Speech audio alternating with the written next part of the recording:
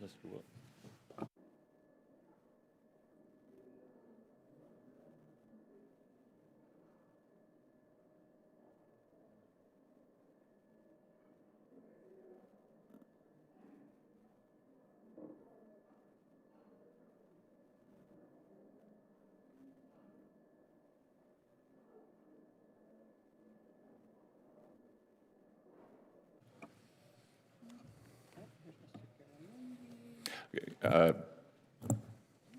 We'll wait for Mr. Garamendi.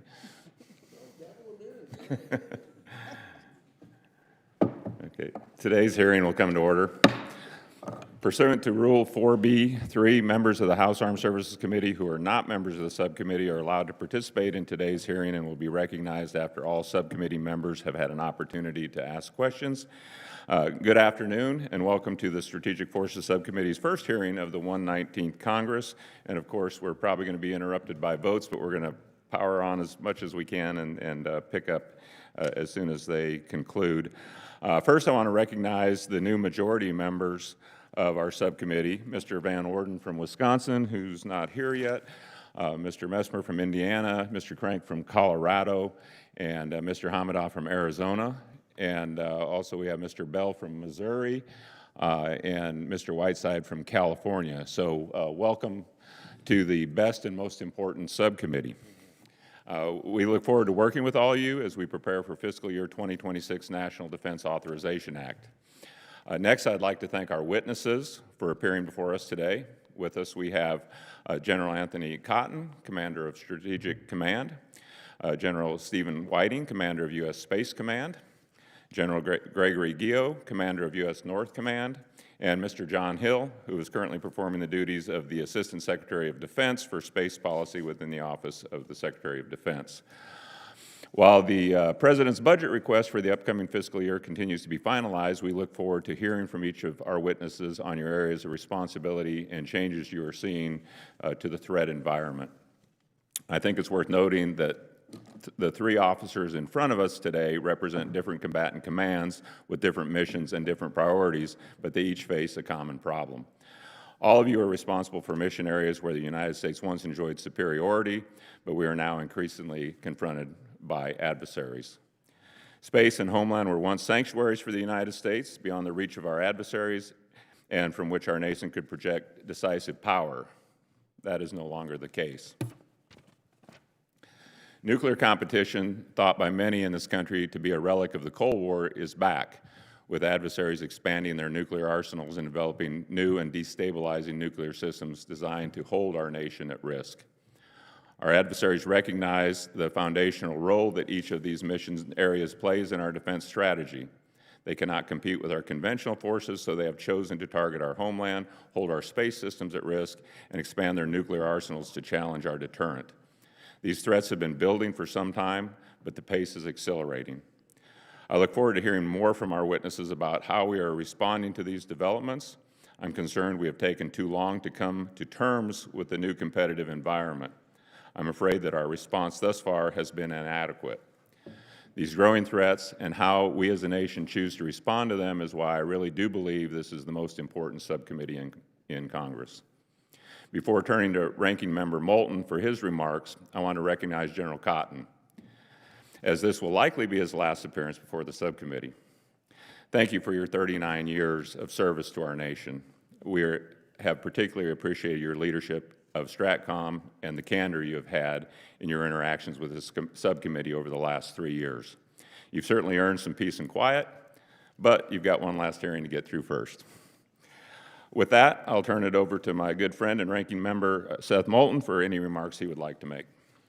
Thank you very much, Chairman Desjardins, and congratulations on your first Strategic Forces Subcommittee hearing as chairman. I also want to thank you for beginning this session with a very bipartisan series of briefings to bring us all up to speed on some of the most consequential issues before our Congress today. I completely agree with your assessment of the role of this subcommittee in Congress. Let me also echo your welcome to Representatives Bell from Missouri, Crank from Colorado, Hamadoff from Arizona, Messmer from Indiana, Van Orden from Wisconsin, and Whitesides from California. Lastly, welcome to our witnesses, and thank you for your continued service to our country during this difficult time when many general officers are under attack. General Cotton, thank you for your dedicated service to our nation for the last 39 years. Your particular focus on helping us understand the strategic dynamics of deterring two near-peer adversaries will have lasting impact. As we sit here today, I cannot ignore the fact that this administration has put our national security at risk. The Secretary of Defense broke the law when he put operational details classified top secret, according to DoD guidelines that could not be more clear, on an unclassified platform specifically targeted by China and Russia. What a boon it would have been to either adversary had they gotten those time-on-target details to the Houthis in time to use their extensive anti-aircraft missile arsenal against our American pilots. When Pete Hegseth left Fox and Friends to become the most unqualified Secretary of Defense in history by the narrowest vote margin in history, he said, I quote, "Accountability is back.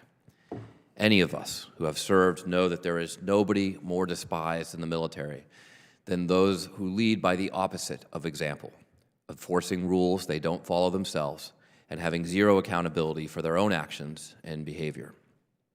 When Secretary Austin made a mistake far, far less serious by not properly notifying the top of his chain of command about his surgery, I did not hesitate in saying publicly that President Biden should fire him.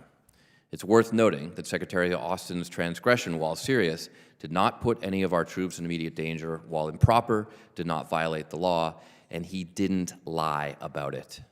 He told the truth. He answered questions before Congress, and he put new procedures in place to ensure it would never happen again. Secretary Hegseth has done none of that, and to be clear about what Democrats are saying publicly and many Republicans are saying privately, he should be fired. Of course, rather than fire a criminal, the president has fired the head of the NSA, who's received tremendous bipartisan praise from this very committee. Don't think for a second, Mr. Chairman, that our witnesses aren't sitting here today trying hard to do their jobs, wondering if they will be next. While U.S. stocks are cratering, I'm sorry, I wrote that 20 minutes ago, and now they're back up. The president can't make up his mind, but while U.S. stocks are all over the place, our adversaries' stocks of nuclear weapons are increasing at an alarming rate. The Chinese Communist Party's ICBM fleet has exceeded U.S. intelligence estimates, and they have deployed several hypersonic weapons that can carry nuclear warheads. Russia is developing a treaty-violating, space-based nuclear weapon that would destroy nearly all of the satellites we rely on for GPS and communications every day. And despite Trump's promise to end the war in Ukraine within 24 hours, war criminal Putin continues his criminal war, using nuclear brinkmanship on the offense for the first time in history. North Korea and Iran are comparative sideshows in the nuclear realm, yet they still have the potential to kill millions of people. We know their leaders would like to be Americans. All that is to say, the mission of this subcommittee is growing in scope, importance, and urgency. I sometimes ask my Democratic colleagues what is the greatest existential threat to America, because they often say climate change. I'm no denier of science, but let's be clear. Our greatest, most existential threat is nuclear war. Yet it's been a long time since most Americans gave it a second thought. Trump's Golden Dome for America is the most significant change to the strategic landscape the U.S. has proposed since the Cold War, and it merits careful consideration. If he wants to replace the doctrine of mutually assured destruction, he and his team need to propose an alternative. Otherwise, his Golden Dome could instigate a further nuclear arms race, bankrupt DoD, and be about as strong as the gold leaf glittering atop various Capitol domes, which flakes off regularly at great expense. Missile defense has a mixed legacy. President Bush's withdrawal from the anti-ballistic missile treaty, which Trump thoughtlessly touts in his order, actually helps disprove his case. As a result of that decision, Russia and China began an arms race to get around our interceptors, which is why we are struggling to catch up on hypersonic and other novel delivery methods today, all of which make us strategically less safe. Perhaps a better time-proven approach is to follow in the footsteps of Reagan and Kennedy and use our economic power to drive negotiations to reduce nukes on all sides. Although it's far in the future and only achieved through mutual agreement, the day when nobody has active nuclear weapons is a day that it is least likely they will be used against us. General Cotton and General Guillot, we have discussed privately and publicly how we should think about a world with two near-peer nuclear adversaries and how that might adjust your requirements. We might be strategically stronger by building more new Sentinels than interceptors, while the administration is proposing the opposite. But the underlying point is that we should only spend hundreds of billions of taxpayer dollars based on serious strategic doctrine, not the whims of someone who always wants the golden version of things his friends already have.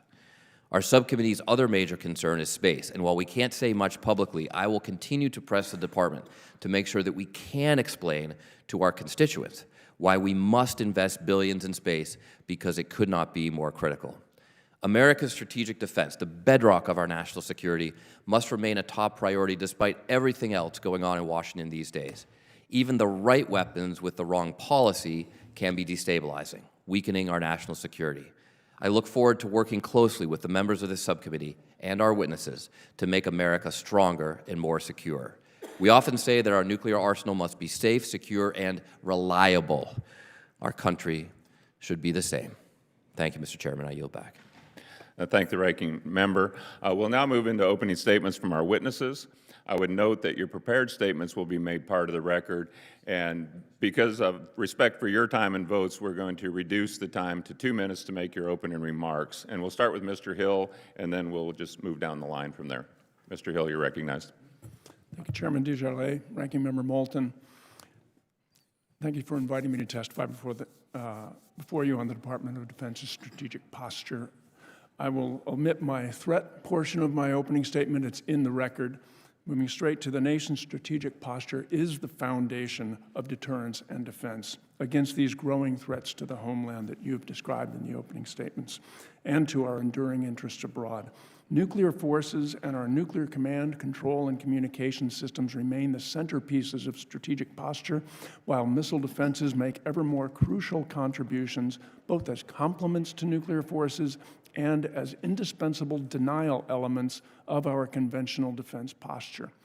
No less important, space systems and spectrum enable our nuclear forces, our nuclear command, control, and communications, our strategic warning, our missile defenses, and indeed, the entire joint force. This makes assured access to space and spectrum, the ability to establish superiority in space when needed in the domain, and the means to deny hostile uses of space, crucial components of our strategic posture. Increasingly, the proliferation of chemical and biological weapons adds to this complexity, making our ability to counter such weapons of mass destruction an additional element of strategic posture.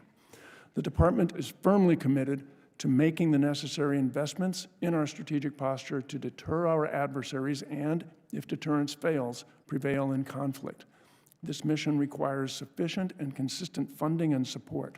Uniquely within the Department of Defense, the Assistant Secretary of Defense for Space Policy has oversight responsibility for all these interconnected and mutually supporting elements of strategic posture. It has been my privilege and honor to oversee this office since August 2024 and to work with this committee on these matters of strategic importance to the nation. Thank you for the opportunity to testify today. Thank you, Mr. Hill, for your testimony. General Cotton, you're recognized. Good afternoon, Chairman Desjardins, Ranking Member Moulton, and the distinguished members of this committee. It's an honor for Sergeant Major Kramer and me to appear before you today with Mr. Hill, General Whiting and Chief Master Sergeant Simmons, General Guillot and Chief Master Sergeant Storms. In my third and final year as commander, representing the men and women of the United States Strategic Command, it continues to be an absolute privilege, and I have submitted my final posture statement for the record. First, let me be clear. America's nuclear forces, the bedrock of our national security, is and continues to be safe, secure, effective, and credible. In today's deteriorating security environment, our mission has never been more critical. To effectively deter in this complex environment, we must maintain both our existing capabilities and accelerate the ongoing modernization of our nuclear deterrent. All three legs of the triad and its critical nuclear command, control, and communication systems. Investing in modernization will ensure that U.S. strategic weapons continue to deter aggression, assure our allies and partners, and allow us to achieve national objectives if deterrence fails.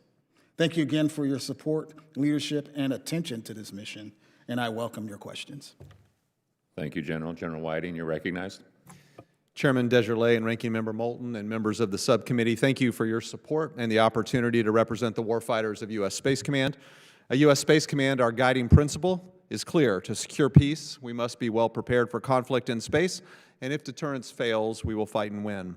U.S. Space Command is upholding this principle in the face of operational threats which continue to expand at a breathtaking pace, and which are being fielded deliberately and specifically to challenge the United States, the American way of life, and to hold the joint force at risk.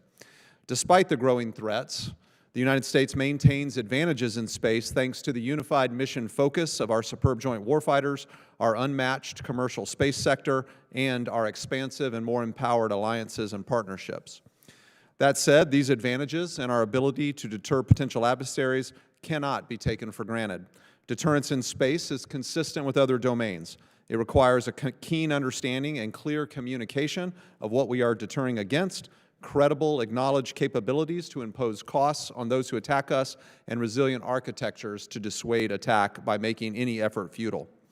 U.S. Space Command requires stable funding as well as effective and efficient acquisition programs delivering advanced space capabilities to enable a balanced space deterrence force structure.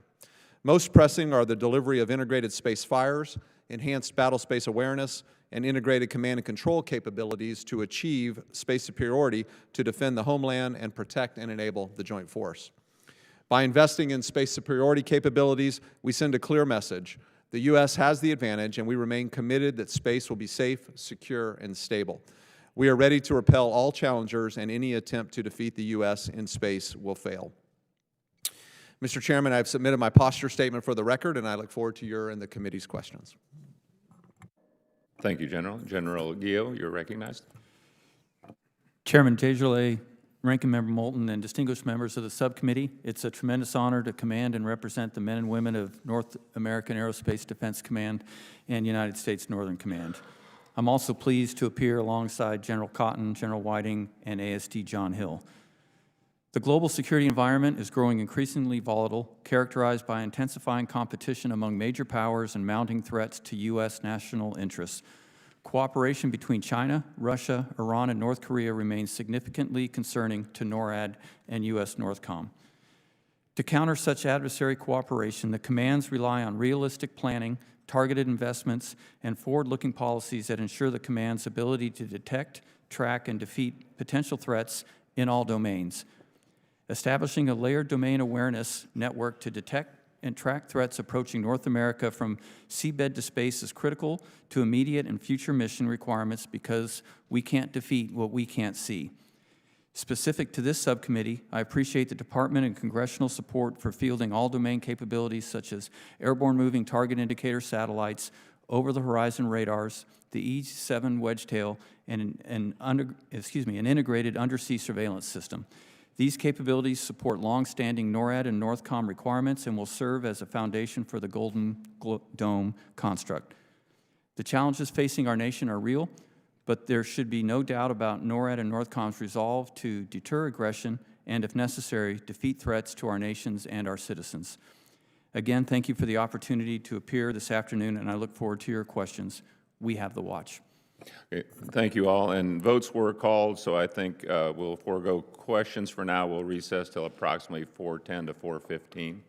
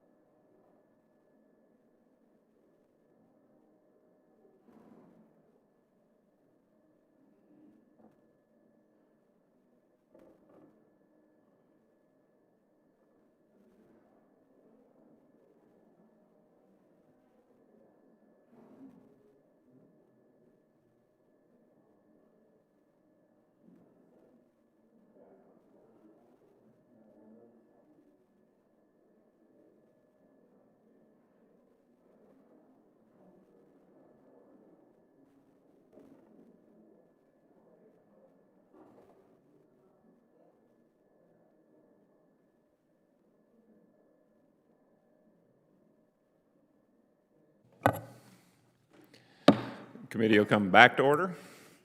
I'll now recognize myself for 5 minutes of questioning and start with our outgoing General Cotton. As you know, the FY24 Defense Authorization Bill required the Department of Defense to establish a program of record to develop the nuclear sea-launched cruise missile, or SLCM-N. I noticed in your written open statement you referred to this as, quote, much needed, end quote, capability. Can you elaborate on the importance of this system and its relevance to some of the theater deterrence challenges we're concerned about today? Chairman, thank you for the question. And as it is in my written statement, the reason I say it's two pieces to that, because I think it has a strategic capability, but even more so, there is an opportunity for regional capability. The geographic combatant commanders are all in support of being able to hold folks at risk from a regional level as well. That's why I think that SLCM-N is something that can fill that void. Okay, thank you. General Whiting, General Saltzman testified last week that our policy framework hasn't kept pace with the rising threats in space, specifically from China, saying we have to go to very high levels of approval for testing and training. We do all training and simulation. We don't do live training due to policies. As the combatant commander, how important is it for you to have people and systems that are supported by accurate training? Yeah, thank you, Chairman. It's incredibly important that we have well-tested capabilities so that we have confidence on how they will perform under various scenarios and conditions. And then it's important that the guardians and the warfighters who implement or operate those systems are very well trained on how to use them in those same scenarios and conditions. So investment in the training and test infrastructure, as well as having the right policies, are vital for us. Thank you. Mr. Hill, how are you and your team working to change these policies? Thank you, Chairman. Most of the training does not have to go to high levels. There are a few things that still do, and so we're looking to see how, as space has become more normalized as part of the joint force, what are those remaining things that really require, because of the sensitivity, that they might require something high, but for the most part, we're trying to move things out of that requirement. Okay, thank you. And General Guillot, you discussed the importance of the spectrum with the chairman when you appeared before the full committee last month, but I'd like to revisit this issue. Specifically, in the President's vision of the Golden Dome for America, is it achievable without access to lower 3 and portions of 7 and 8 gigahertz bands the Department currently utilizes? Chairman, I don't see how we can have an effective homeland defense system without full use of the 3 to 3.5 spectrum, and the higher numbers you mentioned will be challenging as well. Okay. And Generals Cotton and Whiting, if the Department was forced to vacate from these spectrum bands, how would this impact your missions? Well, sir, from our perspective, missile defense determination and missile warning determination would be something that would close a decision space for the President of the United States, in which I'm supposed to protect. And Mr. Chairman, in the lower 3, we have several important tracking radars that we use for space domain awareness and missile defense. And then in the 7-8 bands, we have important SATCOM communications links that we use in those bands. So those are again vital for our successful mission accomplishment.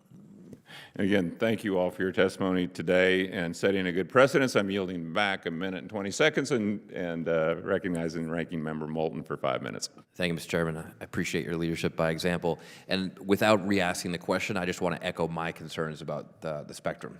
So thank you very much for raising that. It's important that the rest of Congress hears these concerns as well. Mr. Hill, based on my math, the Secretary of Defense owed a response on options to implement what the executive order termed the Iron Dome for America program is on March 28th. What can you share about what that 60-day study period accomplished and what the recommendations to the President were? Well, in terms of what the recommendations were, that'll be for the Secretary and the President to, what the executive order said is provide the President a reference architecture that the President could incorporate into the President's budget. So when that budget is presented, that's when the specifics would come out. At this stage, it's a discussion at the level between the Secretary and the President. Okay, so has the Secretary provided a response yet? Do you know?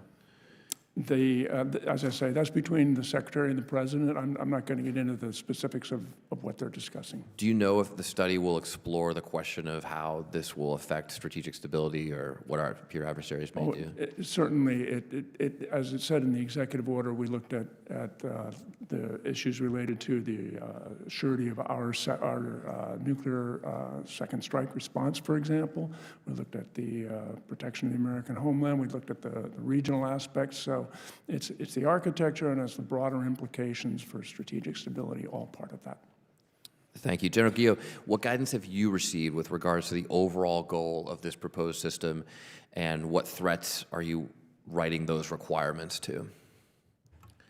Congressman, the direct responsibilities I have are to provide my recommended way to approach defending the homeland from ballistic missile threats, hypersonic threats, as well as cruise missile and air threats.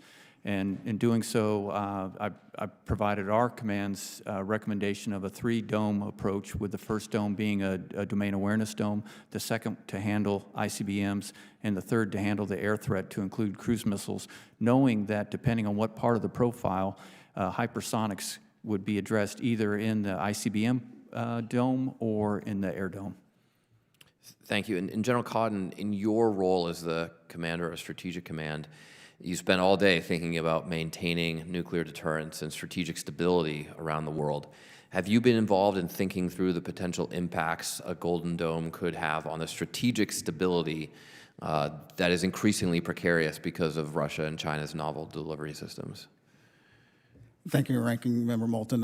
At this time, STRATCOM actually is looking, as we had in our office call, we're looking at some of the things that came from the SDI initiative, some of the talking points, some of the op-eds and analysis and theories that happened then, just to kind of capture what that looks like, and we're still in the middle of doing that. Okay. Thank you. Mr. Chairman, I yield back. Thank you. The chair now recognizes Mr. Turner for 5 minutes. Good, thank you. Chairman Whiting, in reading your testimony on the issue of the Russian space anti-satellite nuclear weapon, I got to tell you, I was very disappointed in the language that you used and the impression I think that people would get in reading it. Especially in light of, in contrast to your recent remarks at a recent space symposium, where you noted the importance of the United States deploying offensive space weapons, orbital interceptors in space. Specifically, your testimony says, most concerning, with you there, Russia is pursuing the possible placement of a nuclear weapon on orbit. Detonating a nuclear weapon on orbit would have indiscriminate effects, potentially disrupting the global use of space for security, economic, and scientific purposes. U.S. Spacecom has prepared our vital national security satellites for such a threat. First off, let's dissect what you've just said.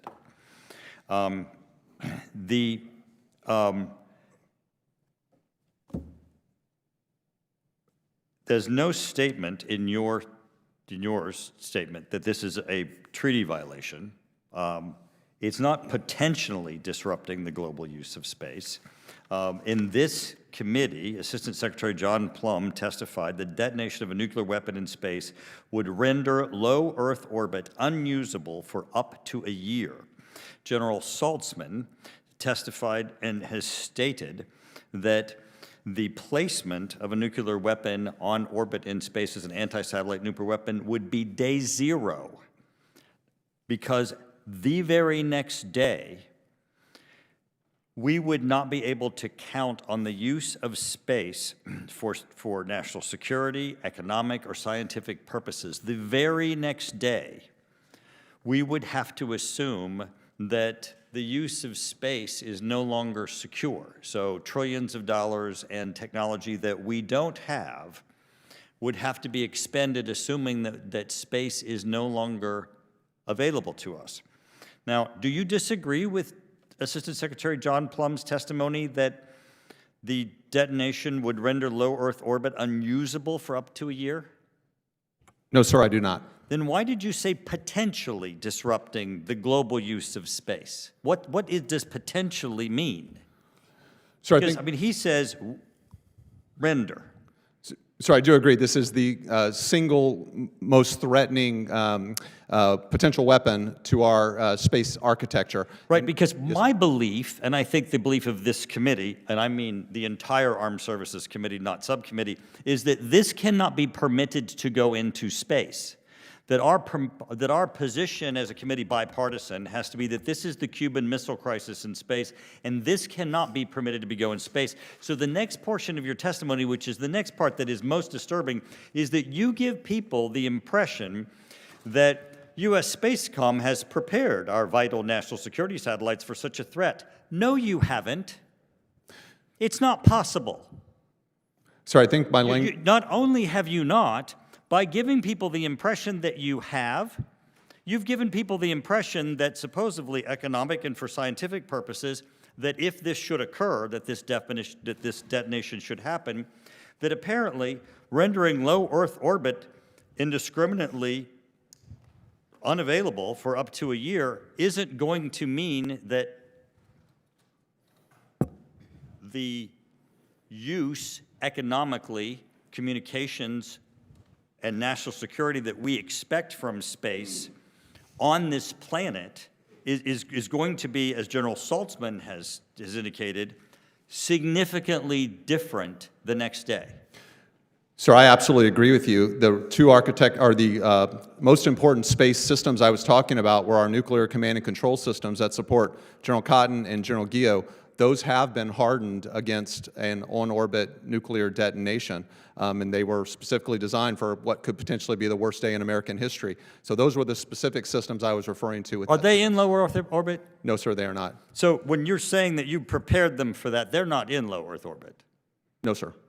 So I just want to be clear, you have not taken actions for the vital national security satellites to be prepared for such a threat, and we still have to be working so that this never happens. Okay. I yield back. Gentleman's time has expired. Would you like to respond? I agree with the Congressman's last statement that we need to continue to take actions. Yes, sir. Thank you. And the chair now recognizes the gentleman from California, Mr. Garamendi, for 5 minutes. Mr. Chairman, you and I had a conversation on the floor that was really one of the more purposeful that I've had on the issue of the Sentinel. And you suggested that since General Cotton is retiring, that his retirement gift ought to be my termination of my opposition to the Sentinel. Would that make you happy, General Cotton?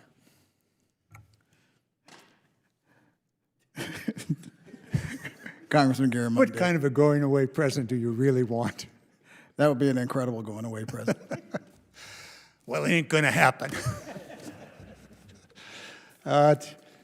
We really do value your extraordinary service and your tenacity on making sure that we're prepared in every possible way.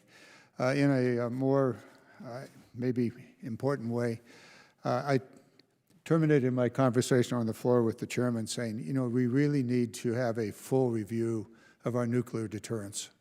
All of the pieces of it, things have changed. You just heard from Mr. Turner about some of the ongoing, actually not new. We looked at nuclear weapons in space almost 35 years ago, decided it wasn't particularly useful at that time. Things have changed. So what I'm really looking at here is that in the very near future, we take the commission and say, guys, don't just tell us what we've done for the last 60 years, but where are we today? Many, many things have changed. They've all been talked about here. And so I'm going to push for that, along with the removal of your going-away present. So in any case, we're going to have to get on with it. There's a whole series of things. I'm just going to let those questions go, and we'll come back to them.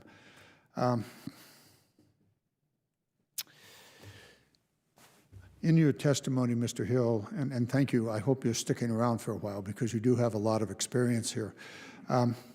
There's much more to this issue than the nuclear weapons themselves. And this committee has talked from time to time about arms control strategies. It may be, when it's not maybe, it's definitely in our interest that we employ greater attention to arms control. Very, very difficult international situation right now, but nonetheless, we need to power through. And could you tell me, or tell all of us, where we are with arms control efforts in your domain? So my domain covering nuclear and space and the missile defense pieces. Certainly the legacy arms control, the new START expires next year. Don't see anything on the horizon. The actual verification activities have been suspended under that. The real challenge with arms control now, as been noted in many cases, is you really have to deal with 3 countries in this environment. China is a key part of that, and they've not shown interest in this. Their trend seems to be achieve parity before even considering the idea. So the environment for putting together successful talks is not good. It doesn't mean you don't try. The talks themselves can be valuable from a strategic stability perspective, even if they don't produce. So that is definitely part of the considerations of what are the things we can do to create more of an incentive for Russia and China to at least want to have a constructive conversation. President Trump, earlier I guess a couple of months ago, said there's no reason for us to be building brand new nuclear weapons. We have so many. We're all spending a lot of money that we could be spending on other things that are actually, hopefully, much more productive. Statements like that generally cause in this case, Russia and China to go, what is he talking about? I would take that as an opening to start, not at the top, but some things that are mutually beneficial to us and to China, and just begin the process. Start at probably the lowest possible level, and then go from there. I don't know how long you're going to be around in your job. I would hope for some time. But I would recommend that we spend a great deal of our effort on the arms control piece of this. Otherwise, we're going to continue to build, and Cotton will have his Sentinel, and question is whether we are safer. Thank you, Mr. Chairman. Gentleman's time has expired. The chair now recognizes the gentleman from Nebraska, Mr. Bacon. Thank you, Mr. Chairman, and I appreciate all 4 of you being here. We appreciate your leadership. I had the honor of working with 2 of you, and I look forward to working with all 4 of you in the months and years ahead. My first question, I got 2 questions for Gerald Cotton, then I'll widen them out. I did have Gerald Guillot here last week, so I've already posed a few questions to you. But I would like to start off with the Looking Glass mission. I was one of the guys who flew on it back in the day, and I think a couple of you have done the same. I first want to ask, is it still a viable need? And I'm just going to tag on to this. Most people may not know it here on the committee, that we used to have this mission for 29 years. It was airborne 24/7, Air Force aircraft. 1991, I think it was, we took it to a ground alert for 15 minutes, eventually turned it over to the Navy for the aircraft and flight crew, still had a STRATCOM battle crew. I've been concerned that we don't have a 24/7 capability, number one concern. But then number two, now the Navy's walking away from using their aircraft. And I think this is a concern for the Air Force. The Air Force needs to look at this. Do we need to pick this mission back up? So my question to Gerald Cotton is this still a viable need, the Looking Glass mission? And what do you see as the future here? Thanks for the question, Congressman Bacon. So there is a need, and in the middle of, as we look through our NC3 roadmap, there's an active trade space study that's underway right now, and the conclusions are to be released in the June timeframe. One of the options is what is the follow-on to the airborne piece, because as you also know, part of that mission set is the air launch capability for the ground-based leg for the ICBMs with the air launch capability. That being said, the E6B of what you're referring to, that's TACAMO, that is should be around, and it's supposed to be around to the 2036 timeframe as the Navy replaces that aircraft with their EJJ or EXX C-130 variant. You are correct. Right now, that will not have the ABNCAP platform on it. So we're under discussions right now on what does that look like moving forward. But right now, one of the options is to still continue to have an airborne leg. Whether or not it belongs to the Air Force, to the Navy, as the services, they have to fight that one out. If I could say it with a subliminal suggestion, I think it's Air Force and it off it. Just throw that out there. I got a hypersonic question for you, and then I'll go to our other two generals. We can detect a hypersonic launch, we don't know where it's going, and we don't know exactly when it's going to hit. How does that make your mission more hard for nuclear command and control? Well, two things, because what I'm supposed to do is I'm supposed to maximize the decision space for the president to make a decision. So it tightens up the ability to be able to let the president know when the strike is inbound and when it might hit, which then really kind of closes the timelines in regards of having decision space for the president. General Whiting and General Guillot, what is the one or two things you need to track hypersonic weapons? Now, I'm repeating this question from last week, but I think it's important. Congressman, thank you for the question. In the Golden Dome executive order, it talks about accelerating the tracking layer from space, and those layers are being built today, and that investments have begun, and those are vital for us to track hypersonic weapons. And then we also want to modernize our ground-based radars that were built really for the traditional ballistic missile threat, and we've identified what those requirements are to improve those radars to be able to track hypersonics as well. Congressman, and in support of General Whiting, I agree the most crucial step, I think, is to get the HBTSS robustly fielded. That would allow us to detect and track in ways that we cannot right now. So I got you on the record twice saying that. That's good. Now, I want to support you with these efforts. I want to work on funding and getting this done. This is critical to our national security, in my view. One more question for General Cotton. What would be your preferred number for the B-21 fielding? I'm on a record that says a minimum of 100, which is the program of record, but I'm on a record saying about 145. That would give us about 220 total bombers once the modernization of the B-52s take place, as well as the flyout of the B-21. So 145 is what I'm thinking. Thank you. It sounds like a good number, and I yield back. Gentleman yields. The chair now recognizes the gentleman from California, Mr. Carbajal. Thank you, Mr. Chairman. And I wasn't kidding earlier when I made that flippant remark that not all panels are created equal, and certainly having such a panel of such qualified individuals is really confidence building. So I'm really glad you're here. General Cotton, thank you for your distinguished service to our country. I hope you will also continue to find a way to contribute in your retirement. And I don't want you to hold your breath about Mr. Garamendi. You might get some ailments if you hold your breath waiting for Mr. Garamendi to change his position. We need to fully embrace the commercial space industry to maintain space superiority. Space Command's commercial integration strategy is certainly a step in the right direction and sends a strong demand signal to the industry. But the military needs to really put its money where its mouth is with these commercial integration strategies. To me, this seems easier to do from the service perspective since they own procurement and acquisitions. General Whiting, can you speak to how you have been implementing your commercial integration strategy, and what more specific areas do you want the Space Force to focus on when it comes to leveraging commercial capabilities? Thank you for the question, Congressman.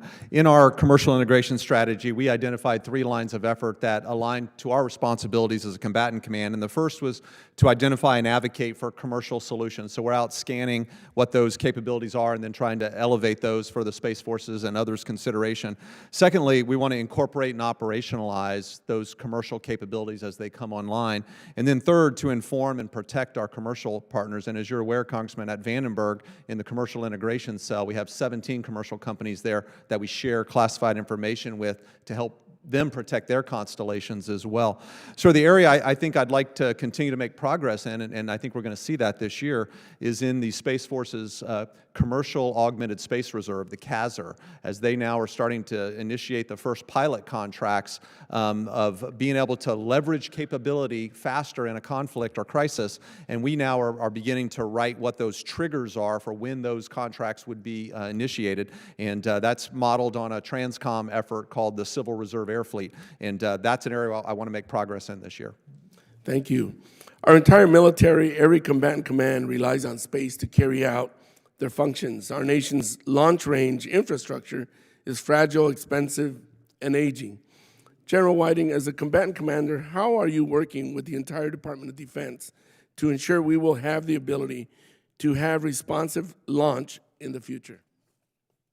Thank you, Congressman, for that question. We think this is one of the elements of victory of how the United States continues to be ultimately successful in space, is we have to have the ability to rapidly regenerate and reconstitute our space capabilities. So we are identifying those requirements with the Space Force and with commercial industry, and to look at our capacity on our launch ranges to make sure that as commercial industry ramps, and this is an area we have a massive lead over our competitors, that the launch ranges themselves never become the choke point and limit the United States in that regard. Thank you. General Cotton, I want to extract some wisdom from you before you leave us. As you know, Minuteman III tests happen out of Vandenberg Space Force Base in my district. As this system continues to age, you can discuss the role that test launches play in establishing confidence in Minuteman III systems. And what is the calculation you make in continuing test launches versus conserving the supply of test bodies? Thank you for the question, Congressman, and you're absolutely right. So the Western Range is incredibly important for us, especially when we're talking about legacy systems with the Minuteman III. That test, the results and the analysis of that test is for STRATCOM, for us to understand the reliability of that weapon system. We are in the midst of trying to figure out how do we balance continuing, since we know that there is a delay of Sentinel, of how we can balance making sure we have enough missile bodies to still have testing in the future until we find Sentinels sitting in the holes as a replacement for the Minuteman. Thank you. Mr. Chair, I yield back. Gentleman yields back. Gentleman from Colorado, Mr. Crank, is now recognized for 5 minutes. Thank you, Mr. Chairman. Appreciate that. I want to start by asking each of our witnesses to quickly answer the following question. In your opinion, is the space-based threat from Russia and China greater, weaker, or the same compared to 4 years ago? Mr. Hill. Greater. General Cotton. Greater. General Whiting. Sir, it's greater. General. Sir, it's greater. Great. General Guillot and General Whiting, can you tell me how Northern Command, Northcom, and Space Command work together to defend the homeland? Congressman, in a wide variety of ways every day. Probably the most relevant for this subcommittee would be the fact that U.S. Space Command operates and manages the systems that give us the earliest and first detection of intercontinental ballistic threats to the United States that we use to assess and determine if it's a threat to the United States, and two, to predict where it will go, and three, they have systems that help us guide our ground-based interceptors to defeat these threats if it comes from North Korea or potentially Iran. Okay, and quickly, General Whiting, That was a great answer from General Guillot, Congressman. I just would add that in addition, our satellite communications and the GPS signal we provide to provide positioning, navigation, and timing are also foundational to many of the efforts that we know Northern Command's executing every day to defend the homeland. And do you both feel like you have clear and efficient lines of communication between the two commands to fulfill the mission and defend the homeland? I absolutely think so, sir. And I agree, Congressman. And do you believe that this collaboration helps you ensure that Golden Dome will be successfully deployed? We are partnering with Northern Command, Congressman, to write the requirements document, and we have a very close partnership on that.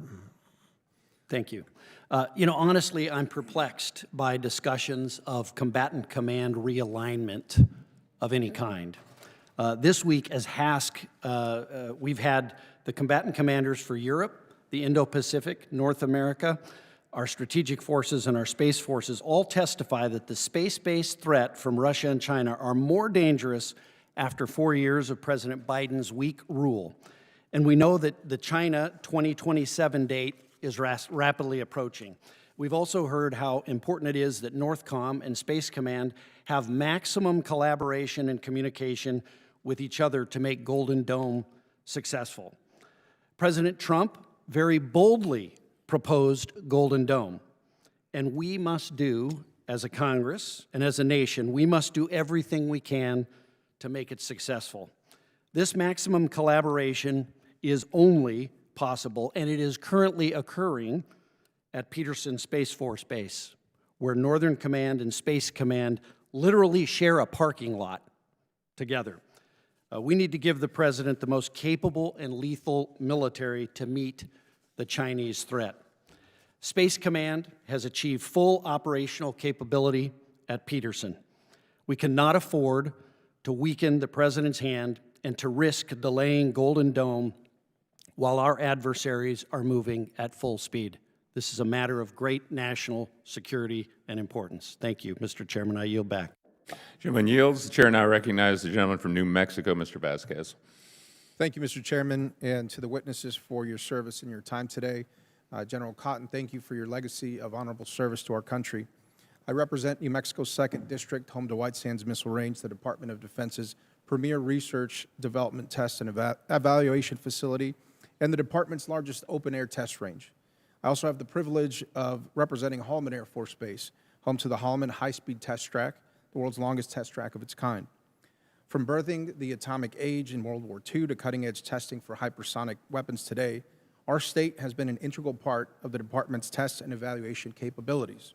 I can confidently say that without New Mexico, our military strength would be nowhere to where it is today. General Cotton and General Guillot, over the past 80 years, the department has made significant investments in New Mexico's test and evaluation infrastructure. Would you agree that those investments have paid dividends and are critical returns for national security? Yes, Congressman, I would agree. And I second that, absolutely. Thank you. General Cotton and General Guillot, given the unique and advanced testing capabilities that are located in my district, what would be the strategic risk to STRATCOM and NORTHCOM if those resources were diminished or lost? Congressman, the first thing that would concern me would be the lack of development and confidence in systems that we're trying to employ to defend the homeland. It would absolutely stall research and development on trying to figure out what we're trying to do as far as new capabilities moving forward. Thank you so much. And for General Whiting and Mr. Hill, beyond our invaluable testing capacity, New Mexico hosts some of the most advanced and innovative small businesses that today are leading the charge on the next generation of space technology. New Mexican businesses can be credited providing power for a significant portion of satellites currently deployed in space and for designing the next generation of space-based assets to ensure that we have the best strategic advantage over our adversaries for decades to come. Would you agree that the Department of Defense depends on innovations of small businesses to advance U.S. space capabilities at the rate necessary to compete with our adversaries like China and Russia? Congressman Vasquez, we depend on that and more. And Congressman, I agree. I think U.S. commercial space industry is one of our nation's most massive advantages, and we need to continue to foster that innovation. Thank you. And I highlight that because of the importance of making sure that small businesses are included in our defense industrial base, I think at much higher levels that we've seen them in the past. And so, Mr. Hill, how does the department plan to more effectively tap into the innovative ideas of small businesses like those in New Mexico? Congressman, I think one of the ways that's been most emblematic has been through the Defense Innovation University. They reach out with many companies that are doing many innovative things. That's probably the most well-known example. There are others to the acquisition system, but yes. Thank you. We would like to count on you as advocates to make sure that those small businesses get a chance to both commercialize their technology and, of course, support our national security efforts of the modern age. Like everything in the 21st century, military and space technology is advancing exponentially. No state is better equipped to support that technological advancement than New Mexico. We're innovative, and I've always said it, that if we can design it and test it in New Mexico, we can also build it in New Mexico. And so as we discussed today, every dollar the department spends and invests in our state pays off dividends to strengthen American security. So I remain committed to supporting the integral work being done by our brave service members at White Sands Missile Range and at Holloman Air Force Base, and I implore the department to harness the full potential of New Mexico's small businesses that are working to ensure that we remain the premier military power in the world. Thank you, Mr. Chairman. I yield back. Gentleman yields back. Chair now recognizes the gentleman from North Carolina, Mr. Wilson. No, South Carolina. I did that just to pick No, on but I'm you. going to say something nice about General Cotton, so you're right, okay? But hey, I'd like to begin by thanking the chairman, also thanking each of you for your service. It's so important, and it's so important at this time in history. And I am very grateful to represent the 2nd Congressional District of South Carolina, which is the home of Savannah River Site and the future Savannah River Plutonium Processing Facility. We're looking forward to supporting contributing to the congressionally mandated goal to produce 80 plutonium pits per year in 2030. And General Cotton, indeed, we appreciate your service from our sister state of North Carolina and your ROTC background and 39 years of service, how meaningful that is to our country. Thank you for that.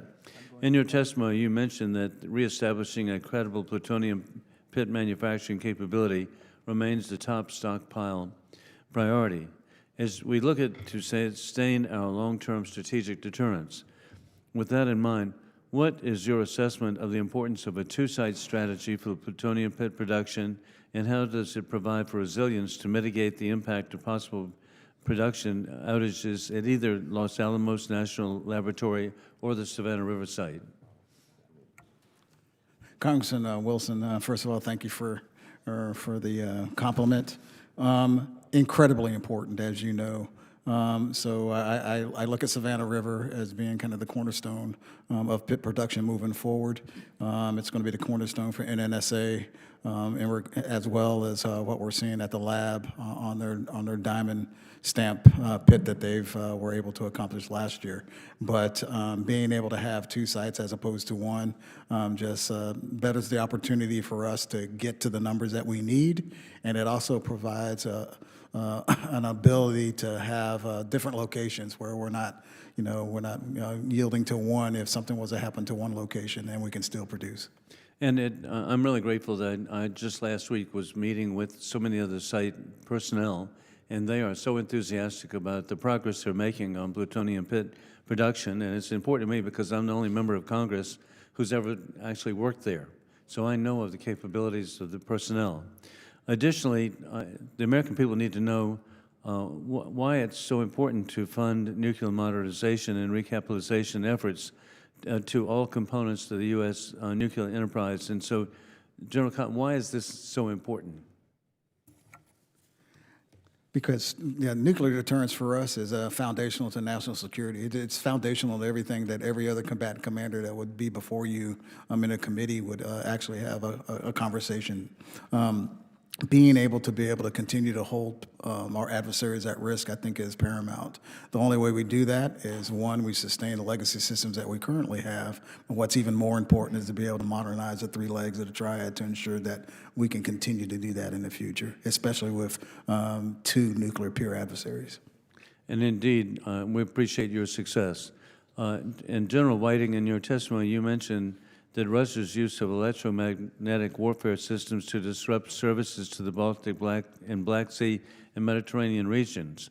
Also, Russia is desirous of developing a capability of a nuclear weapon in orbit.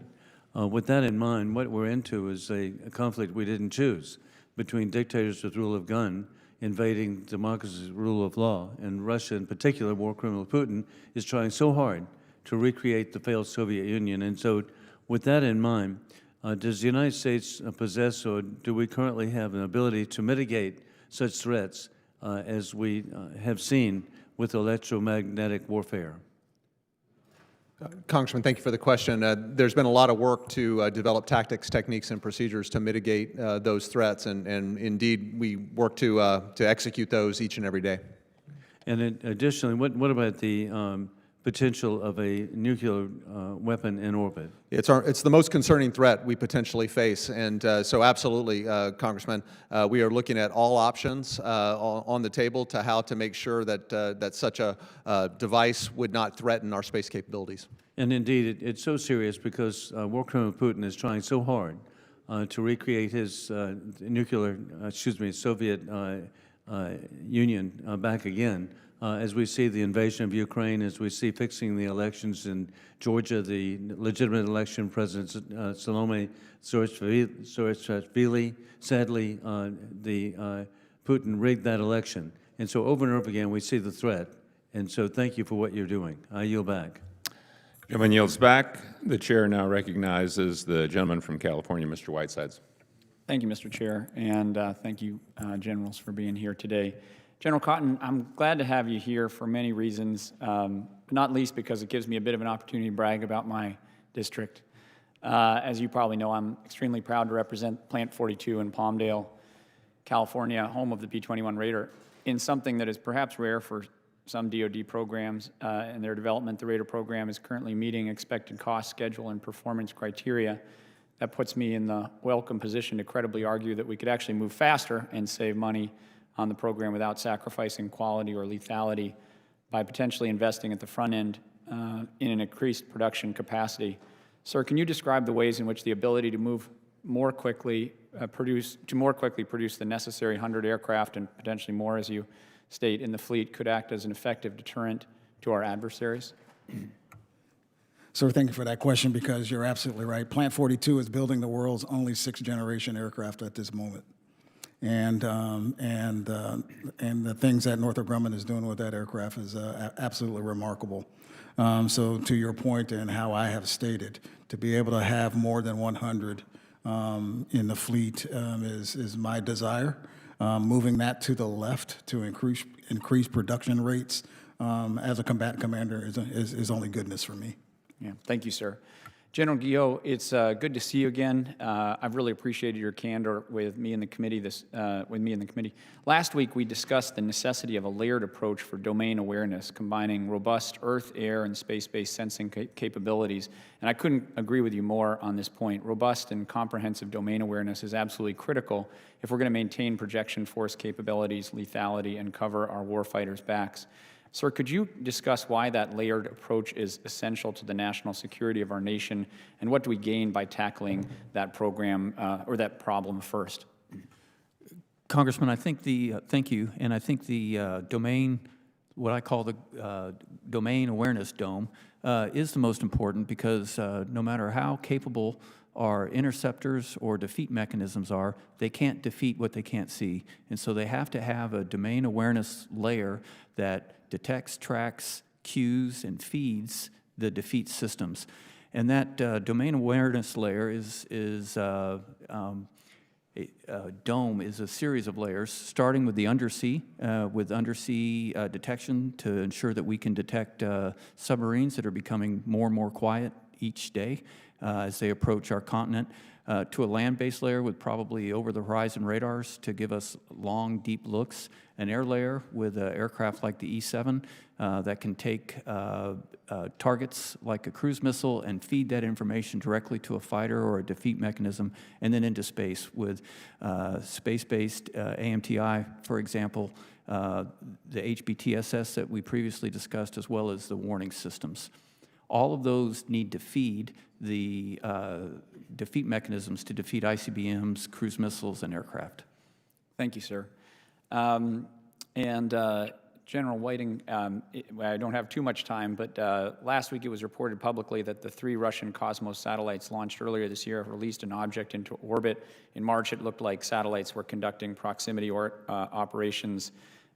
We have a bunch of different things going on, and the PRC is doing stuff as well. Can you discuss in brief, as much as you're able to in this setting, the threats posed by our adversaries' space capabilities to our space domain awareness and the ways in which the department can better leverage commercial capabilities to overcome that threat? Yeah, thank you for the question, Congressman. We continue to see Russia invest in their counterspace capabilities despite the challenges that they've had in Ukraine. And you identified some on-orbit testing that we have found problematic and that we're making sure that we understand as carefully as possible. We do think commercial space domain awareness data is a key part of us understanding what is happening on orbit. And through an initiative we have called the Joint Commercial Office, we take data from 17 different companies and fuse that in a way that we can tip and cue even our government systems to help understand those unique events and circumstances that are happening on orbit. So we think those commercial systems are vital for us, sir. Thank you. Mr. Chairman, I yield back. The gentleman yields back. The chair now recognizes the gentleman from Wisconsin, Mr. Van Orden. Thank you, Mr. Chairman. I would like to recognize the E-Dogs in the back there. So thanks for coming out, you and you. Semper Fi and Aim High, I think. What your Aim High? What do you guys do? Your what? Okay, we'll do that. Thanks for coming. Appreciate it. Hey, so we have to remember a couple things. We gotta use knowledge here, right, about stuff to make these very critically important decisions. I'm going to read a headline to you. Senate Dems rip Space Force. No Republican is willing to tell Trump it's a dumb idea. Democrats file a bill to abolish flagrantly wasteful Trump-formed Space Force. Now, sir, I don't think you're wasteful. I don't think you're dumb. I think you are the cutting edge of defense, and we've clearly identified that. Your service and the fact that President Donald J. Trump established it and was openly mocked by the Democrats in the House and the Senate needs to be remembered by people in the House and the Senate and people wearing uniforms. Because I've found that when people make such incredibly grievous errors, maybe we shouldn't weigh their opinions as high as others. I'm just saying that. At Star Wars program, that shut down the Soviet Union, right? And it didn't work. We didn't have the technologies to do it. It didn't work. And so this can work. I've been to Israel several times, and they have the Iron Dome, and I think it's incredibly important that we work for the Golden Dome. And I don't share some of my colleagues' concern that this will start a nuclear war. I think that will prevent it, and it'll also help bring down, as my friend Mr. Wilson calls the war criminal Vladimir Putin, and he's absolutely right. I would like to say one thing. So being in Israel, they have these Iron Dome batteries all over the place. At one point, if you remove the Golan Heights, Israel's like 8 miles across the entire country. Obviously, the continental United States is much bigger.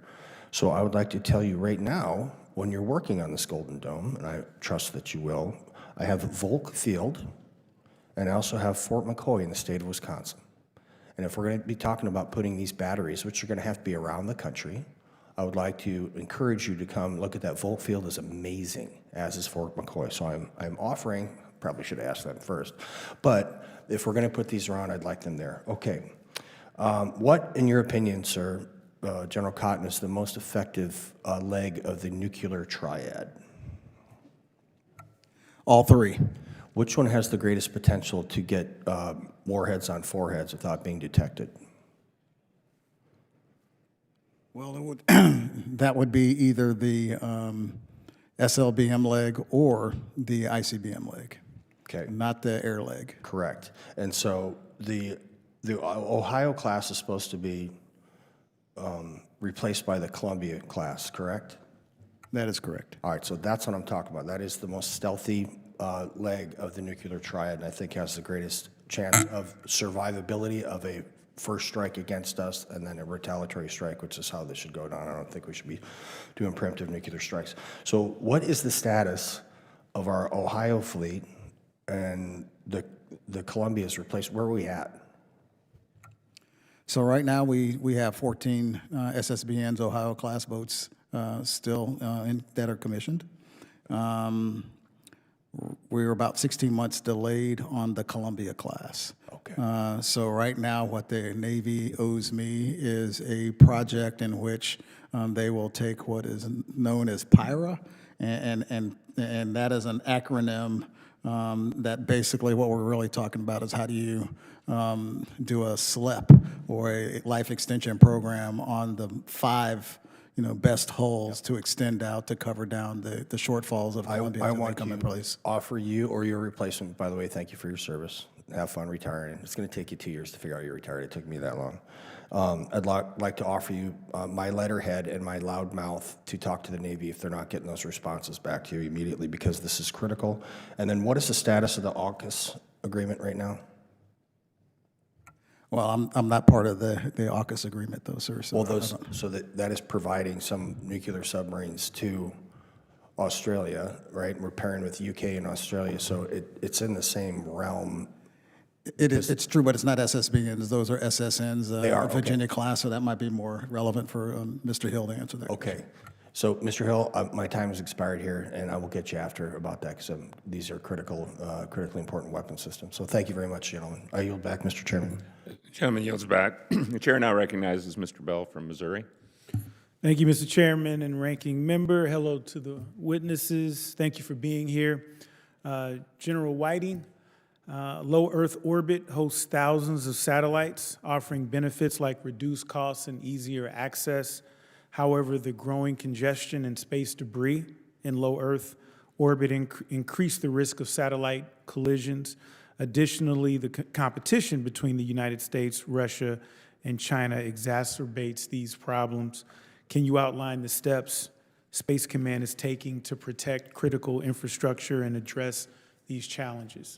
Yeah, Congressman, thank you for the question. We think this issue is so significant that each and every day we have a Space Force unit that's assigned to U.S. Space Command that looks at all active satellites from all countries, and we run predictions to see if we think it's going to run into any pieces of debris, any of those satellites. And if we see that that is a potential, we notify the owners of those satellites. That includes satellites from Russia or China, because we don't want any satellite to hit a piece of debris and create more debris. So we think it's vital that all countries act responsibly in space, not to generate additional debris. In your testimony, you specifically mentioned examples of China's use of international partnerships and advanced projects to challenge U.S. leadership in space. Given recent concerns from our allies about a perceived retreat of U.S. global leadership under the current administration, what additional steps can the U.S. take internationally to counter China's expanding influence in space? Congressman, thank you for the question. On the military side, I think we will continue to build enduring relationships with our closest partners in space. Yesterday at a space conference, I announced that our Operation Olympic Defender, which is our named operation in space that includes 6 other countries, that we've achieved initial operational capability, and we will continue to look for those opportunities to bring other allies closer to us as they develop additional space capabilities. Okay, and General Cotton, thank you again for your service. It was great meeting your team.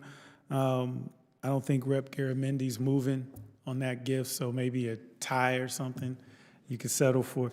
But in your testimony, sir, you mentioned the importance of U.S. allies and partners being a critical component of deterrence, providing an advantage that our adversaries cannot match. Given that our biggest adversaries, Russia, China, Iran, and North Korea, have formed closer, more integrated relationships, what more can STRATCOM do to enhance combined force interoperability and promote U.S. global presence? Congressman, thank you for the question. So, we're doing it right now. We have bomber task forces right now that are showing assurance and extended deterrence missions, bringing together our allies and partners that actually befuddle the Russian Federation as well as the CCP. So I think continuing those relations are incredibly healthy for us. There's opportunities for us to continue to have collaboration and joint exercises from a STRATCOM perspective that I think really does still show the the commitment to assurance and extended deterrence. General Guillot, sir, can you expand on the threats posed by Iran in the cyber domain? Congressman, at this time, North America, the United States, is threatened in all domains from all avenue of approach. So the air domain, the sea, the land. But the most present and persistent threat that we face every day is from in the cyber domain, where we have thousands upon thousands of attacks or attempted attacks on our networks across the entire Department of Defense. Iran is a big part of that. They have significant presence in cyber warfare, and I'm very grateful that through Cyber Command and other efforts in the interagency, FBI, DOJ have some great capabilities as well that keep them out of our networks. And additionally, given that many of their terrorist proxies have been significantly weakened in the past year and a half, do they possess similar capabilities that might impact our cybersecurity? Well, I think they have capability to threaten our cybersecurity, and it requires the utmost vigilance by all members. Thank you. I yield my time. Gentleman yields. The chair now recognizes the gentleman from Indiana, Mr. Mesmer. Thank you, Mr. Chairman, and I'd like to thank all the witnesses for your service and for being here today. General Cotton, it's good to see you again. It was nice to meet with you yesterday. I appreciate your support that you mentioned earlier about the support of the SLCM program. How are you approaching the various design options to meet STRATCOM requirements specifically with respect to survivability versus time to field? Congressman, thank you for the question, and it was great talking with you yesterday. I think part of that is some of the work that we're actually seeing in your state, and the work that's being done when it comes to SLCM, and the work that's being done by Crane, for example, is a good example of that. As far as being able to outline and continue to flush out TTPs for the Department of the Navy is going to be incredibly important. I think that's part of the shortfalls that we've been facing so far in regards to having something move forward that's a little more than program of record. So that's what we're tackling this year. For my last year here is to make sure that we can get those moving along. As I mentioned to you yesterday, I really want to see that accelerate and not languish to the right. Do you think the Navy's moving fast enough to implement that program? I would always love to see them move faster. Okay, thank you. Also, General Cotton, I wanted to follow up on our conversation about conventional prompt strike, CPS. This program is currently planned to be deployed on the Zumwalt destroyer and Virginia submarines. Given the rapidly deteriorating security environment we face, do you think we can afford any delays to CPS deployment on a Navy platform? Absolutely not. Okay. If the Navy were to decide not to deploy CPS on Zumwalt, how important would it be to get it deployed as quickly as possible on a Virginia-class sub? It would be incredibly important. Okay. Also, General Cotton, in my district, Crane Naval Surface Warfare Center is the largest Navy installation in the world, or in the country, third largest in the world, and a leader in hypersonics. In order to combat our adversaries, specifically China, who has a functional hypersonic vehicle, how important is the investment, production, and eventually delivery to the warfighter of a hypersonic weapon? I think it's incredibly important. It can complement the weapon systems that we currently have. Okay, thank you.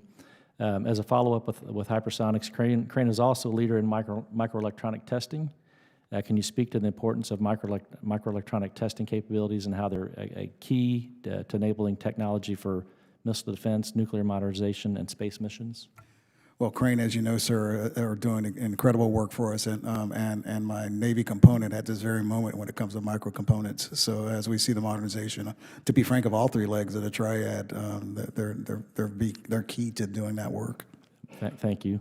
General Whiting, as a follow-up to the Golden Dome for America executive order, how important is it for the DoD to expand the number of space-based interceptors in our arsenal to effectively implement this executive order? Thank you, Congressman. For a global dome or Golden Dome to truly be global, and if you're going to be able to hold at-risk missiles in the boost phase and mid-course, you're really going to have space-based interceptor capability to do that on the timelines that'll be necessary. So we think it's an important part of the layered approach of the Golden Dome. Okay, thank you. That's all my questions. I yield back my time. Gentleman yields back. Thank you all for your testimony in the open session. We'll now move upstairs for the closed session. The hearing is adjourned.